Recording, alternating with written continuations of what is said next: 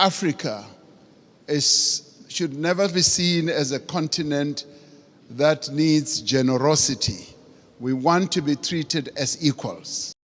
Welcome to the African Leadership Series, where we bring you great inspirational speeches of African leaders.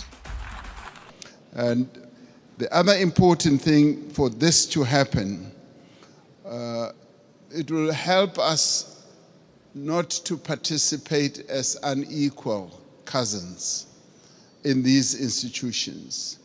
It will help us to participate fully, and so that we don't have a sense that we are beggars, that we are being dealt with out of generosity. I think it's important in the new era that the world is in now that there should be a good measure of equality among sovereign nations. You know, recently, 7 African countries decided to go and put a call for peace to Ukraine and to Russia. And we raised a number of issues. Zambia was represented, Comoros was represented, Republic of Congo was represented, Senegal was represented, Uganda, as well as South Africa.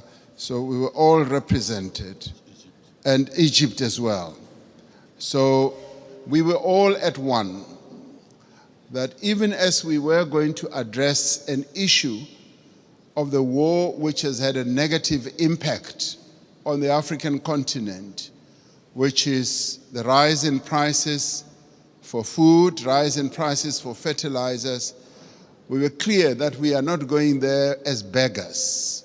We're not going to ask for a favor to both Ukraine and Russia. We were going there to say, open up the Black Sea Channel so that the grains and the fertilizers should go into the world market. So we were not on a begging mission, even as we are in great need as a continent and all that. That should go to demonstrate that Africa should never be seen as a continent that needs generosity. We want to be treated as equals. Even in the multilateral institutions, we want to be treated as equals. And if our equity is at a low ebb, there must be ways in which that can be addressed. To us, this is very important. Our sovereignty is one of the things that we hold on dearly to. And we demonstrated that very clearly to both President Zelensky and to President Putin when it came to this issue. Even as there were suggestions that, yes, we can donate this, we can donate that, we said, we want you to release these grains and fertilizers to the world market so that the world can trade in these commodities and other issues we can handle in a different way. I wanted to make that point so that it should be understood where Africa has evolved up to. We want to be key players on the world stage, want to be key players even in the financial markets and in the MDBs. Now, these are the positive things. I do, Mr. President Macron, want us to address another issue which to us is a bit of a negative. You will have heard President Sisi talking about the 100 billion that was promised in Paris. President Sassou Nguesso yesterday as well also spoke about it at the dinner. Now, there is that issue that a number of the commitments that have been made have not really been fully lived up to.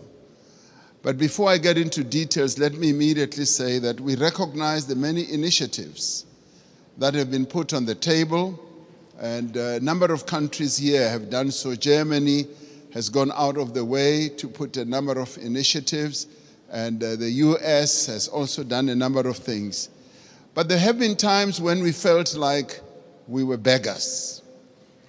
I played a key role as chair of the African Union during the COVID period. We felt like we were beggars when it came to vaccine availability, when we felt we needed access to vaccines, and the Northern Hemisphere countries had bought all the vaccines in the world, and they were hogging them. And they didn't want to release them at the time when we needed them most. And we felt like we were begging. And at times it felt like they would just be droppings from the table, that yes, we will give you that and that. And let me tell you something that generated a lot of resentment. We resented that, and it got worse when we said we want to manufacture our own vaccines. And when we went to the WTO, there was a lot of resistance, enormous resistance. And we kept saying, what is more important, life or profits by your big pharmaceutical companies? And that too, I must tell you now, generated and deepened that disappointment and resentment on our part, because we felt like life in the Northern Hemisphere is much more important than life in the global South. And these are issues that need to be addressed. And I'm glad that we are all seated here like this, because we've got to get to the heart of these matters and address them. Now, I come to promises that have been made. And Chancellor Scholz was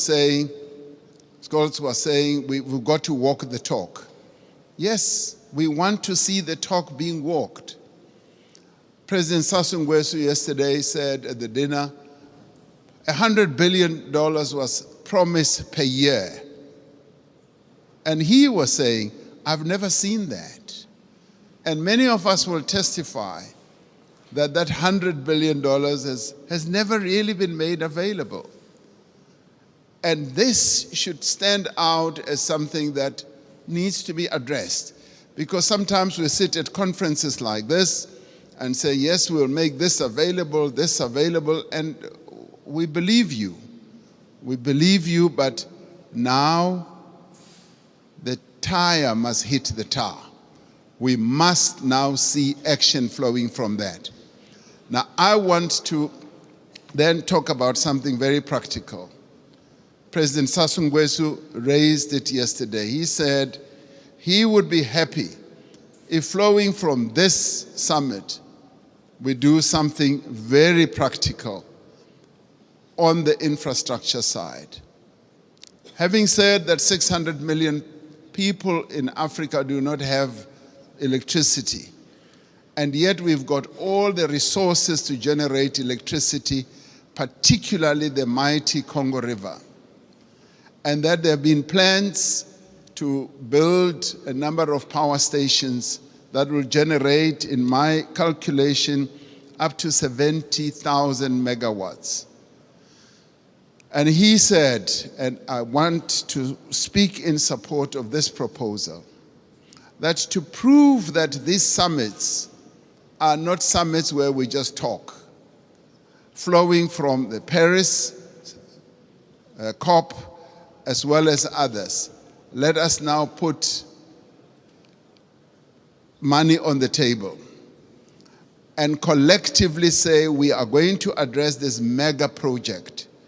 A mega project which will in the end generate electricity for up to 12, 15 African countries all at one go. There we have it. Let us know if you liked or hated what you heard in the comments below. In this show, we do not give you our opinions. We want us to discuss below. Please make sure to like, subscribe, and hit the notification bell. It's the best way to show YouTube this is a good video, and it will share it to more like-minded people like you. So this has been Mekimushi from Tunacheki, and that has been your Candid Africa, truthful and unapologetic.